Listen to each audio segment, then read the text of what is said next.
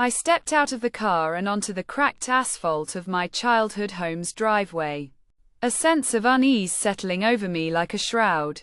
The old house loomed before me, its windows like empty eyes staring back. I hadn't set foot in this place for over a decade. Not since my parents had passed away and I'd fled to escape the memories that lingered within its walls. But with the estate finally settled, I'd returned to sort through the remnants of my past and put the house up for sale. As I approached the front door, a chill ran down my spine. The air was heavy with the scent of decay and rot, and I could have sworn I heard the faint whisper of my mother's voice, calling out to me from inside.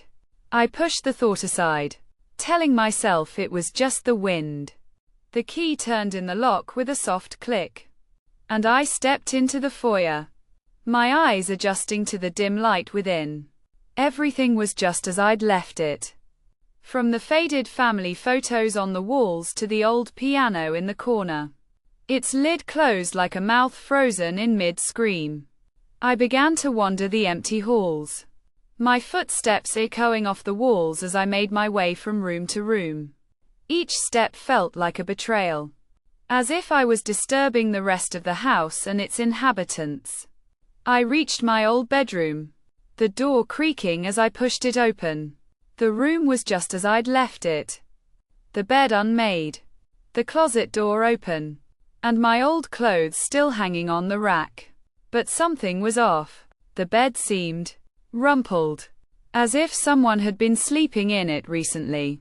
And the clothes in the closet seemed to be arranged in a way that I didn't remember. I felt a presence behind me and spun around, but there was no one there. The whisper in my ear made me jump. "Welcome home," it seemed to say. I spun around again, but I was alone. Suddenly, the lights flickered and died, plunging me into darkness. I was trapped, alone and helpless in the house that had once been my sanctuary. And then, I heard the footsteps. Heavy, deliberate footsteps, coming from the floor above. They stopped outside my bedroom door, and I could feel a presence waiting, watching me.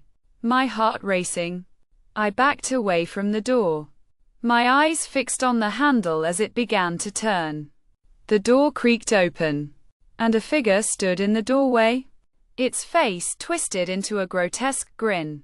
It was me, or at least, a version of me from a different time. A version that had been trapped in this house, waiting for my return. The figure began to move towards me, its eyes black as coal, and I realized that I was not alone in the house.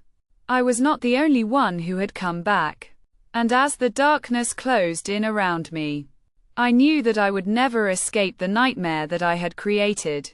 The last thing I remember is the feeling of my doppelganger's cold breath on the back of my neck, and the sound of my own voice whispering, "Welcome home," back to me.